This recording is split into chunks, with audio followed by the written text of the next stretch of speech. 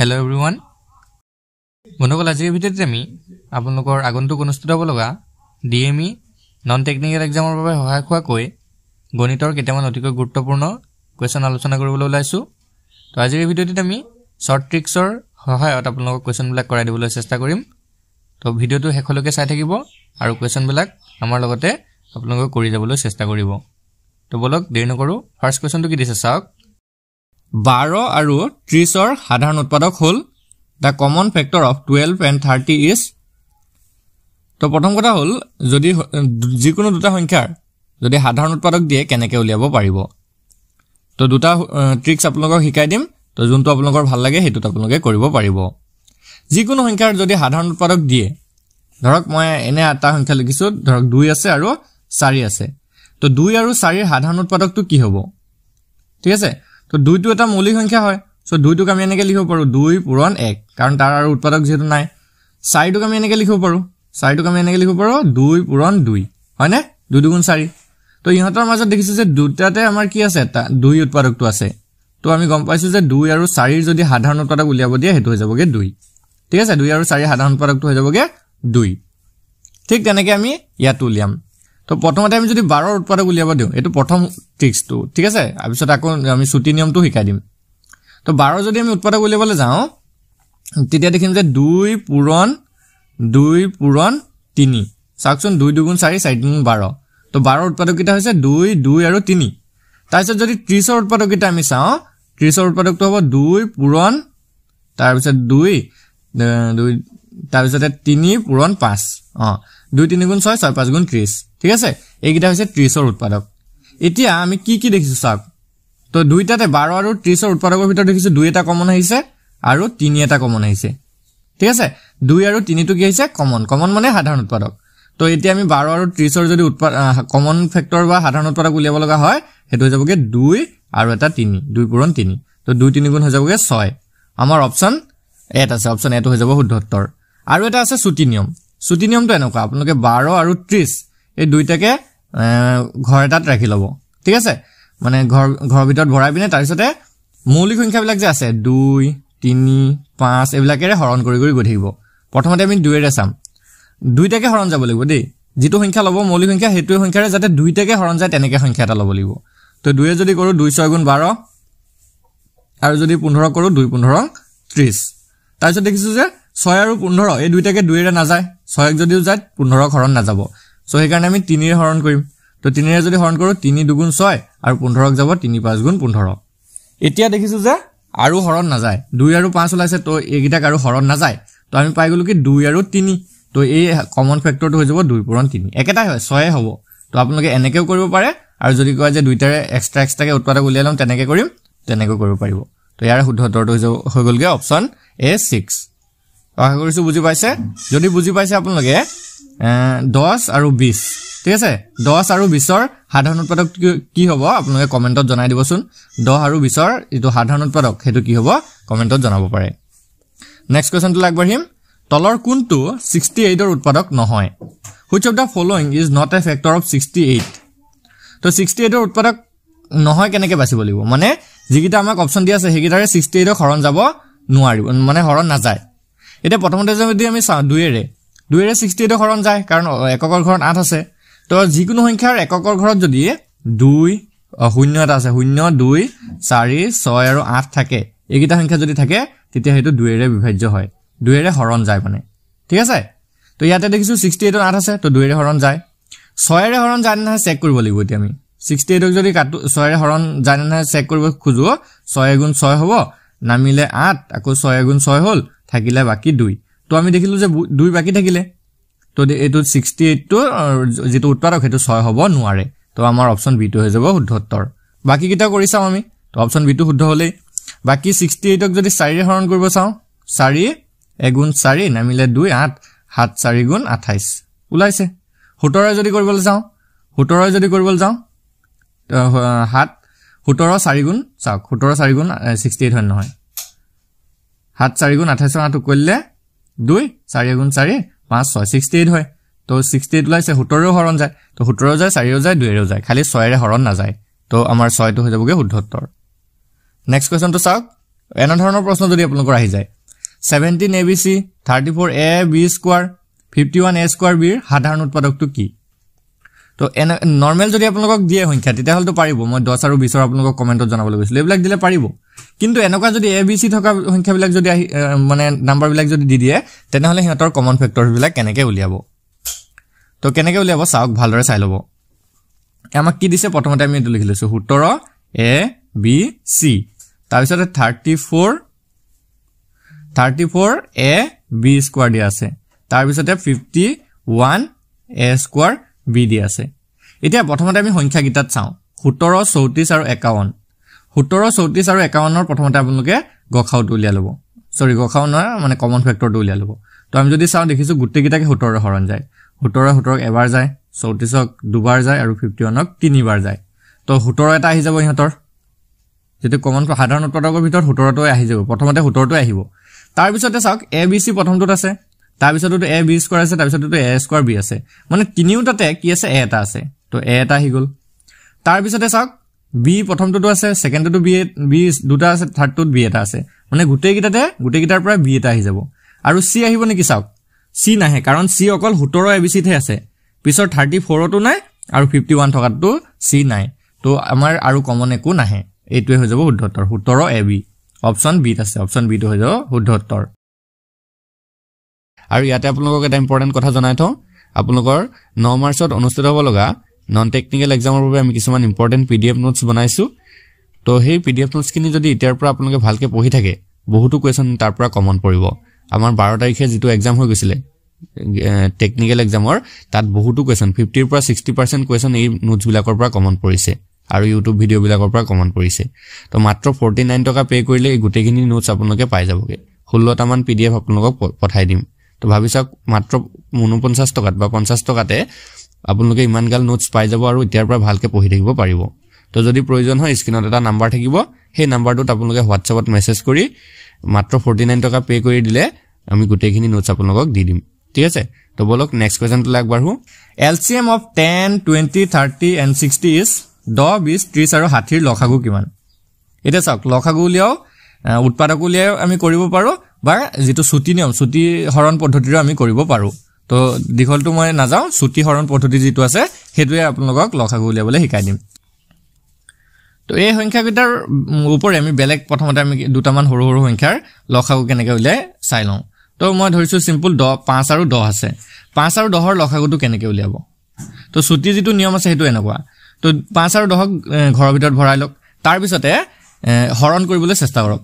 যিবিলাক মৌলিক সংখ্যা আছে ধৰক 2 3 5 এইবিলাক সংখ্যাৰে হৰণ কৰিবলৈ চাওক দুইটাকে হৰণ যাব লাগিব কিন্তু তো যদি আমি দেখো যে 5 আৰু 10ক 5 ৰে হৰণ যাব 5 * 5 আৰু 5 10ক যাব দুবাৰ এতিয়াতো আৰু হৰণ নাযায় তো এই গুটেই উৎপাদকটা পূৰণ কৰি দিয়ক 5 পালো 1 পালো আৰু 2 পালো গুটেইটা পূৰণ কৰি দিয়ক 5 * 5 5 2 10 তো হিহঁতৰ যেটো লসাগু এলচিএম হেতু হৈ যাবগে 10 ঠিক আছে এতিয়া আমি এই সংখ্যাটো আহো তো 10 তাবা 20 তাবা 30 তাবা 60 গুটেইটাকে ভৰাই লৈছো যিমানে দিয়া থাকক হৰণ গলৈ হৈছে খালি এতিয়া আমি যদি 2 এৰে হৰণ কৰো দেখিছো গুটেইটাকে 2 এৰে হৰণ যাব 10ক যাব 5 বাৰ 20ক যাব 10 বাৰ 30ক 15 বাৰ আৰু 60ক যাব 30 বাৰ তাৰ পিছত দেখিছো যে 5 10 15 30 আছে তো 2 এৰে কাটিলে 10 আৰু 30কে যাব বাকি তাক না যায় 5 এৰে কাটি দিও তো 5 * 5 10ক যাব 2 বাৰ 15ক যাব 3 বাৰ 30ক যাব 6 বাৰ তাৰ পিছত আকৌ 2 এৰে কাটিব পাৰিম 1 আহিলে 2 * 2 3 টো নামি আহিব 6ক যাব 2 3 * 6 তাৰ পিছত দেখিছো 3 আকৌ কাটিব 1 1 আৰু তাৰ পিছত আকৌ 3 * 3 আকৌ 3 * 3 তো আমি গুটেইটা পাই গলোগে এতিয়া কি কৰিব লাগিব লসাগু উলিয়াবলৈ হলে এই 2 টো পূৰণ হ'ব 5 টো 2 টো 3 টো তাবা 1 1 1 1 এইটা তো কাম নাই 1 1 পূৰণ কৰিলে তো হেতুৱে হ'বগে তো সিম্পল 2 5 * 10 10 2 * 20 20 আৰু 3 পূৰণ কৰিলে হৈ যাবগে 60 20 আৰু 3 পূৰণ কৰিলে হৈ যাবগে 60 তো আমাৰ এলচিএম টো হৈ যাবগে 60 অপচন বি আছে অপচন বি টো হৈ যাব শুদ্ধ উত্তৰ তো আশা কৰিছো বুজি পাইছে যদি ভাল লাগিছে লাইক এটা কৰি যাব আৰু নেক্সট কোৱেশ্চনটো আগবাঢ়িছো যদি এটা আয়তৰ প্ৰস্থ 3 সেমি আৰু কালি 18 সেমি স্কয়াৰ হয় তেন্তে ইয়াৰ দৈৰ্ঘ্য কিমান if the breadth of a rectangle is 3 cm and the area is 18 cm square then length is তো চাওক এনেকুৱা আয়তটা আছে ঠিক আছে আয়তটোৰ প্ৰস্থ আমাক দিয়া আছে 3 cm এই দৈৰ্ঘ্যটো দিয়া নাই আৰু যেটো এৰিয়া হেতু আমাক দিয়া আছে 18 cm স্কয়াৰ তো আমি আয়তৰ যেটো কালি হেতু উলিওৱা সূত্ৰটো জানো তো আয়তৰ কালি এৰিয়া যেটো কয় হেতু হৈছে L * B ঠিক আছে তো এৰিয়াটো আমাক দিয়া আছে এৰিয়াটো হৈছে 18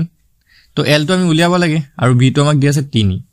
তো এতিয়া L * 3 হৈ গলগে আৰু ইফালে 18 হৈ গলগে এতিয়া এই L ৰ লগত 3 টো পূৰণ হৈছে ইফালে গুছি আহিলে কি হ'ব হৰণ হ'ব তো 18 / 3 ইকুৱেল কি হ'বগে L আৰু 3 এ যদি 18 কাটি দিয়ে এটো হৈ যাব 6 তো আমাৰ যেটো L ৰ ভ্যালু হেতু হৈ গলগে 6 সেন্টিমিটাৰ কোনটো অপচন আছে চাওক অপচন সি আছে অপচন সি হৈ গল উত্তৰ একদমই সিম্পল হয় আপোনালোকে যাতে ভুল কৰি থৈ নাহে নেক্সট কোৱেশ্চন তো চাওক এটা বৰ্গৰ পৰিসীমা 24 সেন্টিমিটাৰ হলে বৰ্গটোৰ কালি কিমান হ'ব the perimeter of a square is 40 centimeter then the area is বৰ্গবিলাক কেনেকুৱা থাকে এনেকুৱা থাকিব মানে বৰ্গৰ যেটা চাৰিওটা বাহু কি থাকে সমান থাকে বৰ্গৰ আমি চাৰিওটা বাহু কি বুলি ক'ব পাৰো সমান হয় তো বৰ্গটোৰ আমাৰ পৰিসীমা দিয়া আছে তো বৰ্গৰ পৰিসীমা চাৰিওটা বাহু হলে কি হ'ব এটা দুটা তিনিটা চাৰিটা 4L তো 4L তো আমাক দিয়া আছে 24 তো ইয়াৰ পৰা আমি L টো উলিয়াই লম মানে বৰ্গৰ যেটো বাহুৰ দৈৰ্ঘ্যটো উলিয়াই লম তো L ৰ ভ্যালু উলাই যাবগে 24/4 চাৰিয়ে যদি 24 হৰণ কৰে 6 4 * 24 তো আমাৰ L ৰ ভ্যালুটো উলাই গলগে 6 এটা বৰ্গৰ কালি উলিওৱা সূত্ৰটো জানিব লাগিব বৰ্গৰ যেটো কালি উলিওৱা সূত্ৰ হেতু হৈছে L স্কয়াৰ সমান L * L বুলি আমি লিখিব পাৰো L * L মানে কি ইয়াত 6 পূৰণ 6 6 পূৰণ 6 মানে কিমান 36 সেন্টিমিটাৰ স্কয়াৰ এটা কথা মন কৰিব কালিটো সদায় স্কয়াৰত থাকিব বৰ্গত থাকিব হল তো অপচন ডি আছে অপচন ডি টো হৈ গল উত্তৰ যদি আপোনালোকৰ 36 সেন্টিমিটাৰ থাকিলেহেঁতেন তেতিয়া কিন্তু হেতু ভুল হ'ব কাৰণ কালি যেটো থাকে এৰিয়া যেটো থাকে হেতু সদায় স্কয়াৰত থাকিব তো আপোনালোকৰ কনফিউজন লগাই পিনে এনেকে 36 সেন্টিমিটাৰ দি থব পাৰে অকল 36 টো দেখিলে আপোনালোকে উত্তৰটো শুদ্ধ দি নি দিব সেন্টিমিটাৰ স্কয়াৰটো চাই পিনে দিব ঠিক আছে নেক্সট কোৱেশ্চন লাগবাৰ কি দিছে চাওক 10 20 30 আৰু 40 ৰ মাধ্য কিমান find the mean of the 10 20 30 and 40 তো মাধ্য মানে হৈছে কি গড় যেটো আমি এভাৰেজ বুলি কওঁ তো গড় আৰু মাধ্য একে বস্তু হয় তো কেনেকে গড় উলিয়ায় যিমান কিটা সংখ্যা দিয়া থাকিব হেগিটা সংখ্যা যোগ কৰি পিনে কেটা সংখ্যা আছিল হেতুৱে হৰণ কৰি দিলে হৈ গল মানে এটা আমাক 10 দিছে তো 10 ৰ লগত 20 যোগ কৰিম 20 ৰ লগত 30 যোগ কৰিম 30 ৰ লগত 40 যোগ কৰিম আৰু গুটেকিটা যোগ কৰি পিনে তাৰ পিছত সৰি 2 নহয় তো যেটা সংখ্যা আছে 10 20 30 40 চাৰিটা সংখ্যা আছে 4 হৰণ কৰি দিম এতিয়া যদি যোগ কৰে 4 নি হাত হাতে 2 9 10 100 হৈ যাব 100 যদি 4 হৰণ কৰে এটো হৈ যাবগে 25 তো ইহঁতৰ যেটো মাধ্য হ'ব গড় হ'ব হেতু হৈ যাবগে 25 অপচন বি আছে অপচন বি টো হৈ গল শুদ্ধ উত্তৰ একদমই সহজ হয় আপোনালোকে এইবিলাক কেতিয়াও ভুল কৰি থৈ নাহে যাতে নেক্সট তো চাওক প্ৰথম 51টা সংখ্যাৰ গড় কিমান এটা চাওক প্ৰথম 51টা সংখ্যাৰ গড় বা প্ৰথম 50টা সংখ্যাৰ গড় বা প্ৰথম 20টা সংখ্যাৰ গড় প্ৰথম 10টা সংখ্যাৰ গড় কেনেকৈ উলিয়াব এটো এটা সূত্ৰ আছে সূত্ৰটো এনেকুৱা যে সূত্ৰটো হৈছে n + 1 / 2 n মানে হৈছে কেটা সংখ্যা উলিয়াব দিছে আপোনালোকক তো ইয়াত আমাক 51টা দিছে তো 51 + 1 / 2 কৰি দিলে হৈ গল আৰু 51 এক যোগ কৰিলে 52 / 2 এটা 52ক যদি 2 এৰে হৰণ কৰে কেবাৰ যাব চাওক 2 2 * 4 নামিলে 1 2 12 2 6 * 12 26 তো আমাৰ n যেটো গড় হেতু উলাই যাবগে 26 অপচন বি আছে অপচন বি টো হৈ গল শুদ্ধ উত্তৰ নেক্সট কোৱেশ্চন তলৰ সংখ্যা কেইটাৰ ভিতৰত কোনটো 3 ৰে বিভাজ্য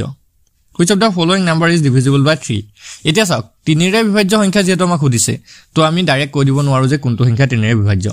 সংখ্যা কেইটালে আমি যাব লাগিব a b c d গুটে সংখ্যা কেইটাকে আমি ভালদৰে চাব লাগিব এটা 3 ৰে বিভাজ্যটো কেনেকৈ হয় সিম্পল প্ৰথম সংখ্যাটোকে আমি লৈছো তেতিয়া বুজি পাই যাব 2 3 8 7 9 আছে এতিয়া 3 ৰে বিভাজ্য হয় না আমি চেক কৰিব লাগিব কেনেকৈ চেক কৰিম এই যে ইয়াত যে সংখ্যাটো ডিজিট কেটা আছে 2 3 8 7 আৰু 9 হে গুটেই কিটা মানে যোগ কৰি পেলাওক 2 3 5 8 5 13 13 7 20 20 9 হৈ গলগে 29 ঠিক আছে কিমান বল আমি 29 এতিয়া এই 29 টো 3 ৰে হৰণ যায় না যায় হেতু চেক কৰিব মানে 3 ঘৰৰ নেউতাত 29 উলাই নেকি তো আমি যদি 3 ঘৰৰ নেউতাটো মাতো 3 9 গুণ 27 উলাই মানে 27 উলাই কিন্তু 29 টো নুলাই তো আমি গম পালো যে প্ৰথম যেটো সংখ্যা আছে হেতু 3 ৰে বিভাজ্য নহয় তাৰ পিছৰ সংখ্যাটো আমি চাম 1 1 7 2 2 একেটা নিয়ম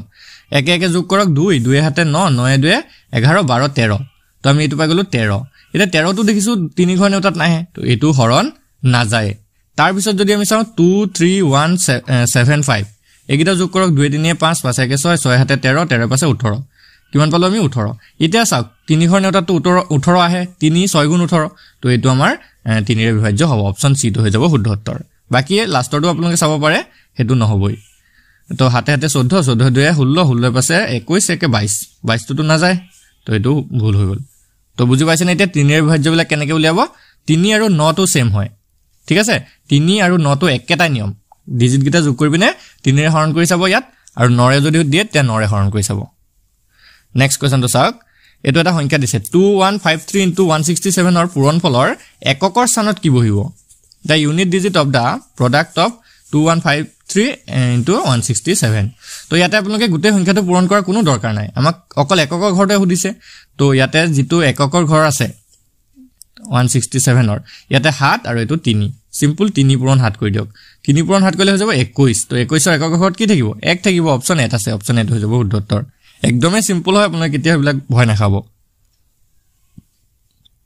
নেক্সট এটা কোৱেশ্চন দিছে 7/11 অৰ যোগাত্মক বিপৰীত হল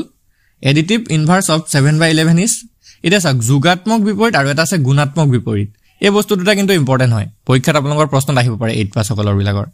তো ইয়াতে চাওক 7/11 দি আছে আমাক যোগাত্মক বিপৰীত মানে এনেকুৱা এটা সংখ্যা